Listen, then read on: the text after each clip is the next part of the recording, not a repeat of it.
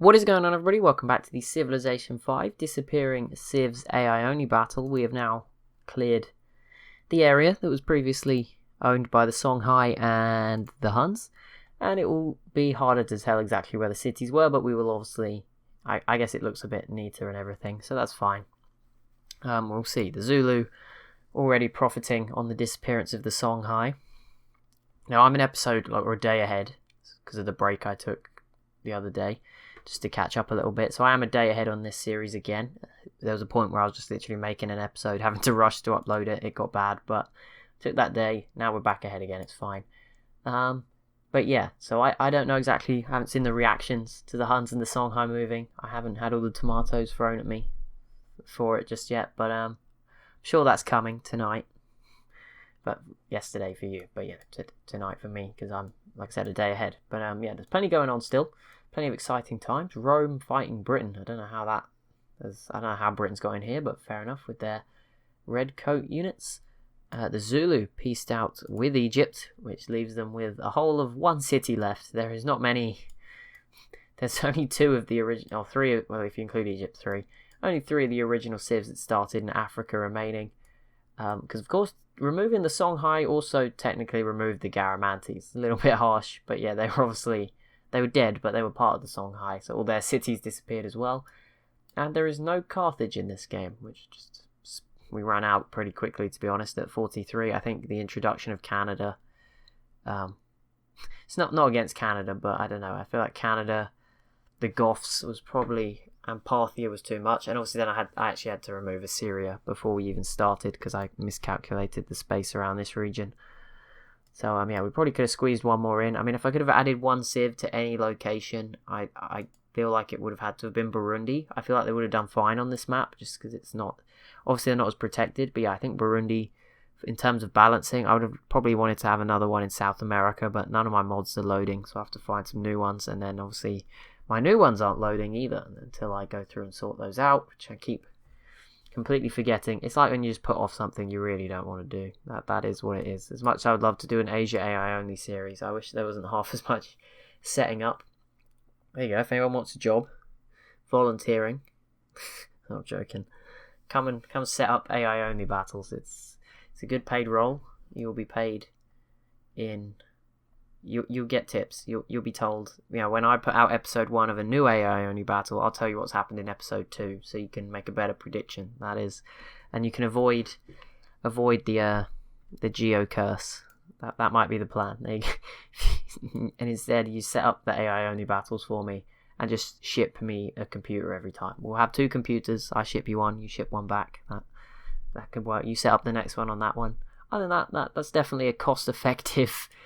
No issues plan. I think that would go down very smoothly.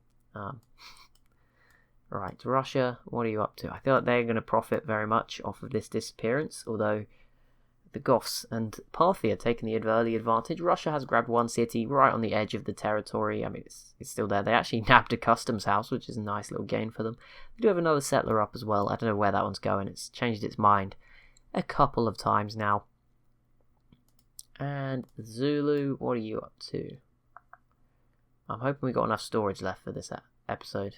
This could be... If this one gets cut short and just cuts out, it's because I've run out of storage on my hard drive. I just looked, we're getting dangerously low again. It's okay, I've got some unedited stuff I can delete that I've already used. It's all good. Hopefully. I feel like it's nerve-wracking, but that does remind me. I will order a new thing today. I keep forgetting. Okay, right, no, nothing going on, Zulu, and peaced out with Egypt. Okay, that already happened, so that doesn't matter too much. The Inca and Brazil, I swear they went to war for a third time and then nothing happened. Maybe I'm losing my mind. Oh, Brazil did finally settle the city, not coastal, and deep in the territory they already owned. But there you go, they did something. It's a start, okay? We got to give them a little round of applause. Get them on the right track. The Inca are surely going to grab this at some point. Oh, this is painful to watch. These crossbowmen, just not good. Come on, guys. You must know they can't conquer the city. They can't shoot while in the water. Please make it stop. Please. Just for 2 minutes, just make it stop for me. Please. Not sure we will get so lucky there.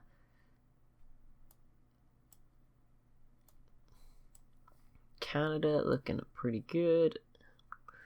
Oh, are they still struggling against America? Is this still going on? Oh, that's a bit embarrassing. Maybe not so good. Russia and Mongolia have peaced out, and Russia does hold on to everything they grabbed throughout this. Japan is still attacking Mongolia, and I feel like they look like they should be winning all the time, but it just isn't working out for them. Japan now does have quite the navy in this region, a lot of privateers, and that's sort of a first. China's is a bit older, although there's starting to be some frigates. But yeah, Japan with a lot of privateers. I don't know why I guess no iron, probably the cause. Siam with a few more boats. So that means obviously this region is going to be even more interconnected. Siam is obviously going to play a role in that as well. A few coastal cities. It's going to be exciting. And obviously the Kulin as well will be quite the naval powerhouse across these islands, and particularly difficult to kill. So yeah, I'm quite excited to see how this all ends up playing out. Whoa, the Shoshone out of nowhere. Oh my goodness. I knew they had a couple of cities, but a few more as they continue to throw their own hat in. And this far eastern region is incredibly exciting if the Shoshone wade into it as well with the Kulin. Japan, China, Siam. Obviously Mongolia's inland, but they are sort of, they're in the race. Russia's here, I guess, as well, which in the future could play a big part. Yeah, the Shoshone just wading straight on into this mess and making it more interesting. Which is great. I like the sound of that. Is there no sieges in the world right now? Is there no city under siege? There's one. No, here's okay at the moment. California. I know this California city is very slowly, but I think that might be the only siege in the world. Obviously, a few people attacked Arabia. I don't think the Ottomans did, which would have been the big one, but the Zulus certainly are. And so far, yeah, they might get this. I'm not sure. Arabia's got... It's one of those awkward wars. We always have a couple where Arabia will have loads of land units, the Zulu have loads of sea units, and they just keep swapping, because obviously the units can't really kill... The sea units struggle to kill the land units, and obviously the land units can't kill the sea units. So it becomes a bit of a mess. I feel like Arabia just need to watch out for someone like a Persia, although they only have Galeuses. It can just overwhelm you a little bit, and the Ottomans is probably the big scary one for them to avoid. And America with a couple of denouncements nice and early on. Good to know they're still confident making those, denouncing people where they can. And Japan already 2 cities in Western Australia. Oh wow, the Kulin has planes. That came out of nowhere.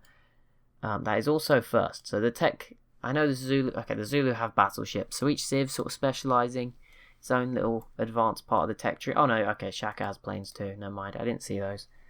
That's all came out of nowhere, but there you go. The Zulu now has planes. I'm guessing the Shoshone isn't too far off, but I think they are further behind on tech than the other two.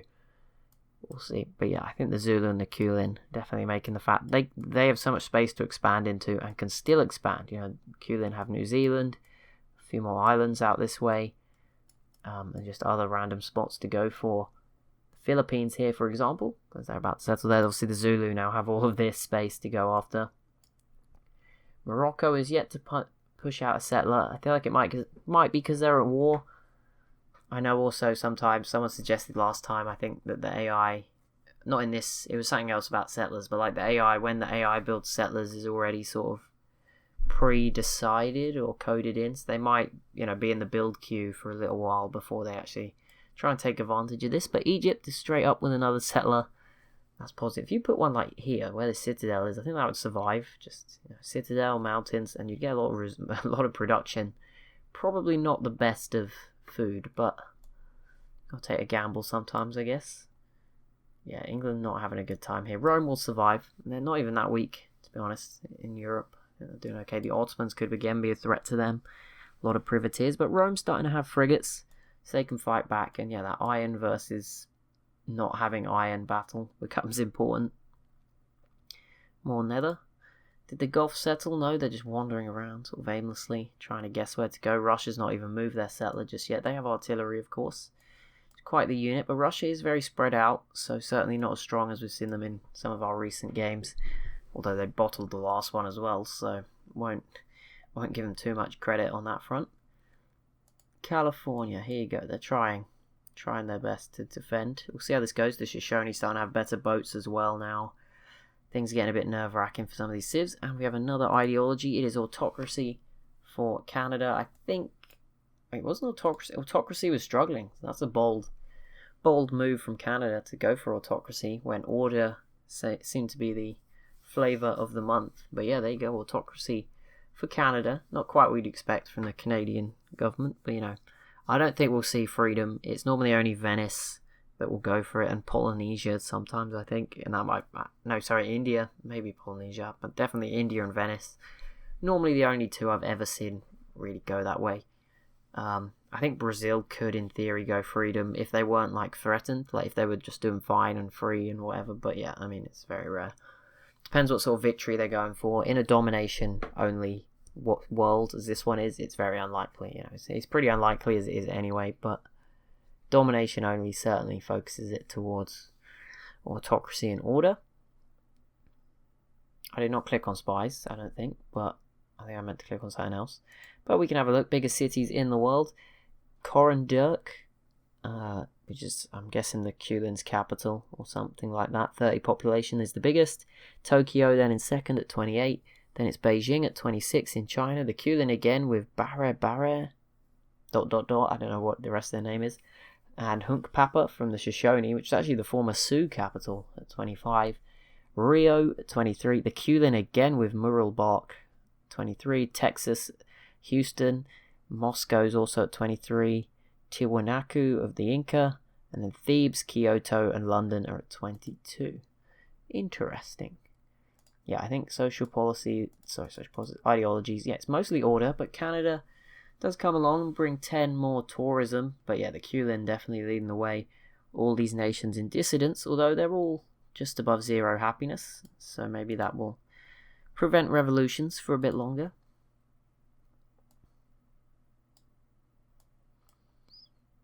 Zulu trying their best, but not having too much luck. Here's another ideology, and yeah, another order, so that's going to swing it again. The French joining the order civilizations. I mean, if they'd have gone autocracy, you know, it'd start to swing the balance, but yeah, with every order civ, it gets even harder. Obviously, I don't know exactly how much tourism they're all bringing, so it may not matter too much, but this is the wrong button again. Culture overview. Yeah, I don't know what France is really bringing to the table here. 16 tourism, yeah, I mean, that's pretty good. That's more than Brazil and Russia and Canada bring. You know, it's nearly what they all bring combined. So yeah, that's actually a really big one. France, in fact, has the third most tourism of anyone to adopt an ideology. And just scrolling through, although struggling, there we go. Yeah, no one else is bringing that much. France is third in the world. The Ottomans 12, Egypt 10. Almost all the tourism is 45 for the Zulu and 68 for the Kulin. That is like the rest of the world combined. Mongolia has gone order as well, so there you go. It's getting harder and harder for the other civs. Now, Mongolia, by the way, who still seem to have a lot of units. I don't know why. They look like they have the most in the world when they certainly don't, but I don't know what it is about them. I think it's because they're all land units. They have boats everywhere that's adding up the numbers and stuff. They're all just concentrated here. Maybe that's what it is. But they will be now fighting Japan. Well, still fighting Japan, and Japan is still not having much luck. I feel like they should be doing more. A lack of siege units is hurting Japan. These cannons are way too far away. We'll see. China could be a big part of this. If they get a strong enough navy, I mean, Beijing and Seoul are coastal, so they can build boats. This city's been fully annexed. It's no longer a puppet or anything. I don't know if it ever was, but certainly they can build boats in it now, so they could definitely build up quite a strong naval force. If I was China, I would consider settling one like coastal city, like as deep down this way as you could. Maybe one of these islands. I know the Kulin just joined you as well. Maybe you want to avoid them, but just get somewhere else you can build boats. Wouldn't hurt. Okay, yeah, so these are the big three Kulin cities that we saw near the top. And they just put this one down right next to Japan as well. And are moving some planes around. That is certainly going to be an advantage. And start to begin maybe a bit of a reign of terror over the Indonesian and Oceania region. Shoshone still don't look like they have any. 4 more civs to be removed. There's not even that many left in the world. Obviously, hopefully by turn 200 we would see the removal of the one city civs again. If there's none left, that obviously helps. The Goths did just place their settler down over here. Pretty interesting name. I think it's that Latin, maybe. But there we go. Yeah, there's still the Iroquois up here with 1 city. America is another one with 1. And Egypt, and obviously by then other civs might be in a similar position. But yeah, we hopefully, to make the game interesting and make the disappearing interesting, we would hope that, those civs are sort of cleared up before then. Or even if there's only 1, then the probability is very small. But as we saw last time, it wasn't an issue. We got 2 monster civs eliminated. 2 of that top 15, and I was sort of coining it in the Songhai and the Huns, just completely evaporated from the world. Just how it is. The Zulu have had the best luck ever in this game. Right from the beginning, when I chose not to include a Burundi. I tried to include a Rwanda mod, but that didn't work, so that's good. And I feel like this map actually would have been fine to use South Africa, because they're actually, they spawn on the west normally, so I think they would have been quite far away. Rhodesia obviously would have cut them off as normal. Yeah, it's a tough decision. Always one of them does well. I'm tempted to try moving one. Obviously, I've done that before when it's not, location isn't super important. Sometimes, I will just nudge one of the civs a little bit. I might move Rhodesia to the west here. And also the Congo, they've been really bad recently. I don't know what happened to them. I assume nothing happened to them, but every time they seem to just do things that help the Zulu. Like I remember one of the other games where it was the Zulu or Rhodesia stomping, and this must have been 6 months ago at this point, quite a while ago. But what did they do? They did, the Congo was like, they were at war, they were equal strength to the Zulu, and then they just helped the Zulu take like Ethiopia or somebody out, and then straight after that, obviously the Zulu just destroyed the Congo as well. It was like, why would you not team up the other way around? You could have stopped them. You didn't have to crush them, you just had to keep them in their place. But no, you just helped them become like this giant, and then they took you out too. You got what you deserved in that one. But yeah, I don't know. I got no idea. Right, what's going on here? California's still clinging on. Canada, you are really getting frustrating. We literally used this map just for you. I just want to put that out there. That in my mind, I was like, you know what? We haven't used Canada for a while. Everyone loves Canada. Normally it's the most requested civ to be used. Although to be fair, the people of the Benelux region have spoken. I will be bringing Belgium back. It's in a rotation now. There's going to be a nice little chart. France, Netherlands, Belgium. I'll use a different one every time. I promise to try and remember. If I don't, feel free to leave mean comments. I'm putting the promise here. We used the Netherlands last time, France this time. Belgium will be there next time, and on their own, not just as, 2 of them, because 2 of them goes wrong. Well, it depends on the game, but if it's a world game, I assume they'd be on their own. I will try and mix Europe up a bit more in the future, particularly Europe. The rest of the world, I don't want to use too many mods, so obviously I tried to use all the base game civs and then flesh it out a bit with mods. But Europe, we can probably just switch everyone, try and do different things. Obviously Britain and the Celts, I do include the Celts occasionally. Not that often, I think just historically Great Britain obviously a lot bigger and makes more sense most of the time. That's what I normally go for with the civs. If you haven't noticed, Spain, France, Germany, Rome and Italy, the sort of big countries in Europe, that's normally how I approach it. It's not that I'm biased against like certain ones like Austria. I put Poland in because they're just really strong in civ anyway. Greece again, probably the strongest in this region. It's not, there's alternatives. Byzantium and the Ottomans and Greece I'll interchangeably try and use. China has gone order, so communism will reign here. I'm very surprised at the order. The fact that Sweden was one of the first civs in the world to get an ideology has blown me away. I'm very impressed they're still here. So yeah, there you go. Sweden's doing well. Obviously, yeah, there's other mods in Scandinavia. Sometimes I need to give Denmark more of a fair run. I might swap them for Germany next time if I can remember. Norway I've obviously used instead of Sweden. I have a Finland mod, but I'm not sure it actually works. It might be the cause of some of the issues we're having, so I'm again cautious with that one. Russia piecing out with the Ottomans. Actually, is it Finland? No, it's Novgorod that's broken, not Finland. Finland is fine. Finland will be back. There's a Novgorod mod that doesn't work. I don't know why I don't uninstall these things, but I tried to remember. Because there's another one, Kiev and Rus. That's like such a cool mod, and it's in such a perfect place that needs filling on the map, and it's broken as well. Britain pieced out with Rome, or it was broken a long time ago. I don't know now, and obviously more mods are broken now. Civ 5 has been out for like 10 years. I only played it for the latter 4, which is crazy to think about. There you go. I only started playing this in 2015, 15, I think I started playing. So there you go, pretty late to the party. The Goths have adopted the Order ideology, and Brazil has joined the war against California. Not that I see Brazil contributing too much to that. City's so close to falling, but not quite. Did Russia ever put that settler down? No, he's just hanging around, just seeing. Maybe no one will fill this Hun space. Maybe Parthia and the Goths will just get it all, and it'll be very weird. California, this city's kind of on the edge, but it's doing fine. Oh, I didn't see that. Okay, the Inca did arrive in this former Zulu territory. This is going to be interesting, isn't it? The Inca with a couple of settlers, Egypt as well, looking to feast on this space left by the Songhai. But a big blow here is Damascus and southern sort of Oman and Yemen, and a deep swab of the desert here falls into the Zulus' hands. And Canada has peaced out with California, so that's fine. Don't think Canada were the main part of the issue. They were actually here. They may have ended up stealing this away, but no. Not anymore, I'm afraid. Not anymore.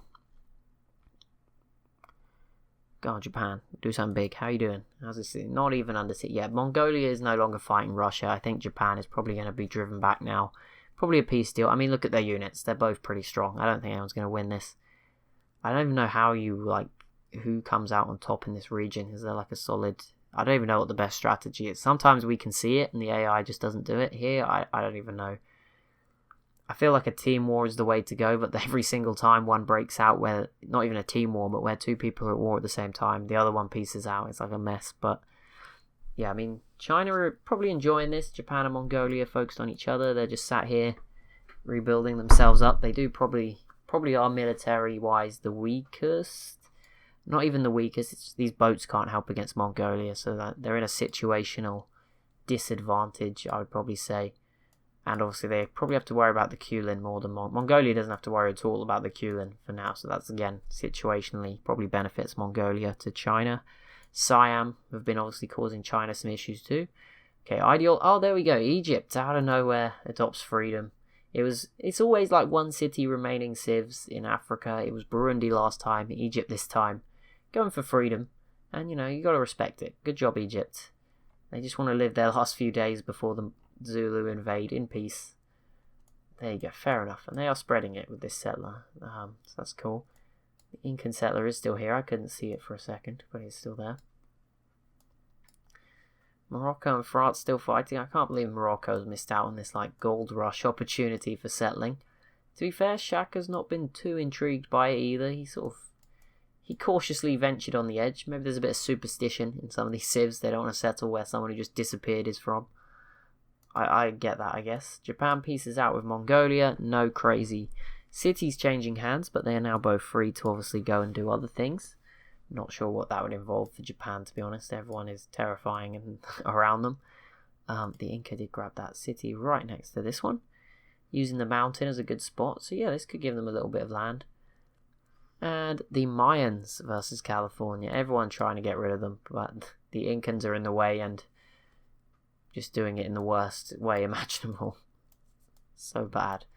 Okay, here you go, Canada. This is it. This is what we've all been waiting for. You're going to get this done, aren't you? You're going to do it properly. The Shoshone now have artillery, so if they were to attack somebody in the mainland, that would be pretty big. But they've been leaving these guys alone. Texas has been allowed to build up a very strong force that can protect itself. Pretty much units in every tile. Canada is... they've been bad, but I mean... you can be bad if you're attacking. It's if you're defending and you're doing badly. That's when there's issues. If you're attacking badly, it's frustrating for us, but it's not the end of the world. Like, if the Shoshone attack Canada, I think Canada would still put up a very good fight. It's fine. See, it's their turn now anyway. Those cannons are finally close enough, so they might actually do some good damage and give themselves a bit of a chance. I'm not sure, but they'll probably peace out now.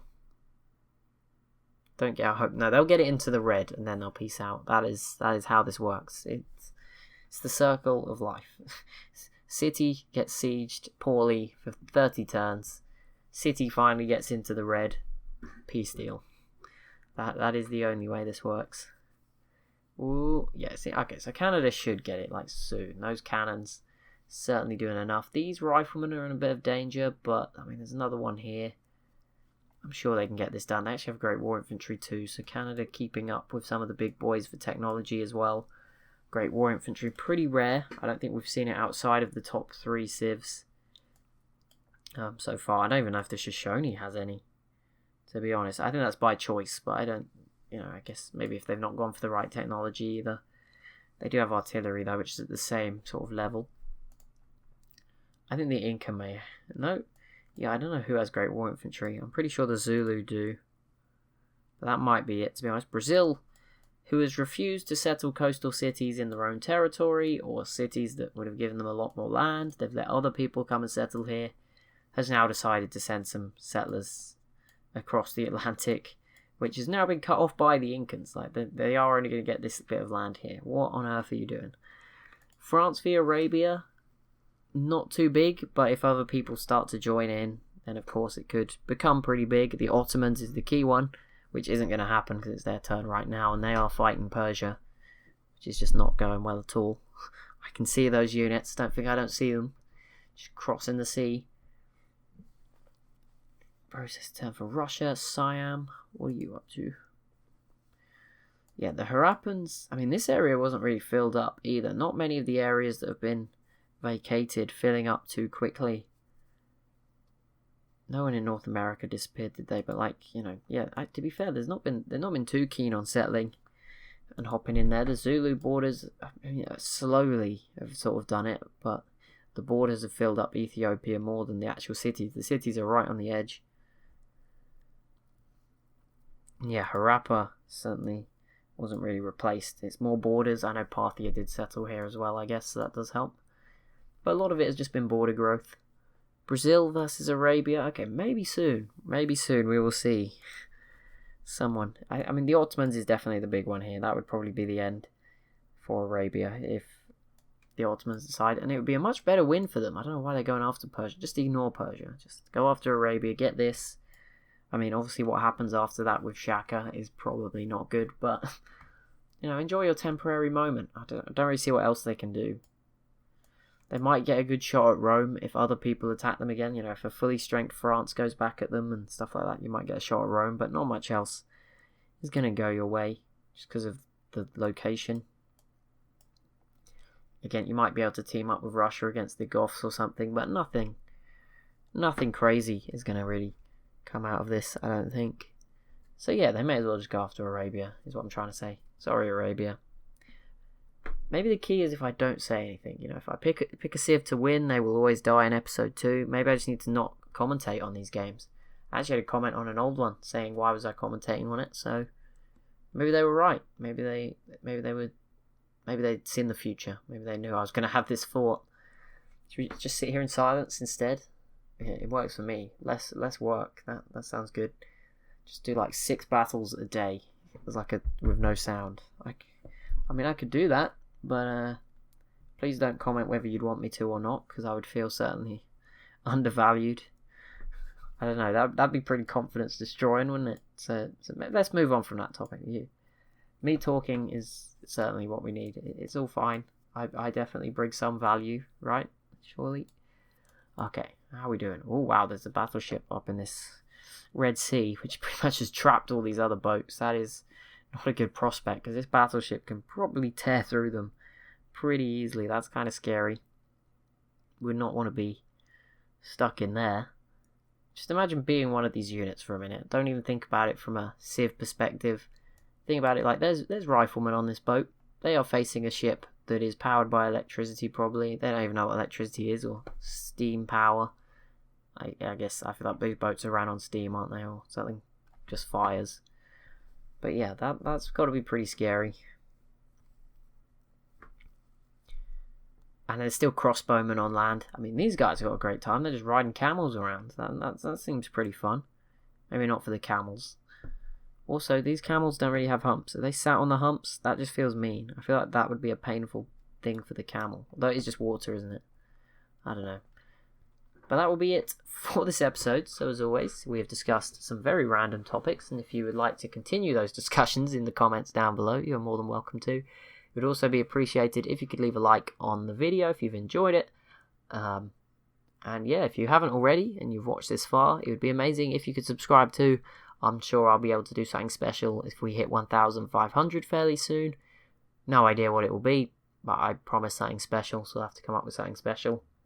I kept ducking it every time there's like a milestone. I'm like, yeah, we'll do something big next time, but no, it's always skipped. Like I think it was 2,000 videos was the recent one. I was like, I'll just chat about it and we'll celebrate properly at 1,500 subscribers because we've been trying to get there for so long, and we're in touching distance now. We're 17 people away. I'm sure you all know someone who could get us there. No, I'm not going to go down that route, but yeah, I mean, just a like and a comment will really go a long way. So thank you so much for watching, and I'll see you in the next one.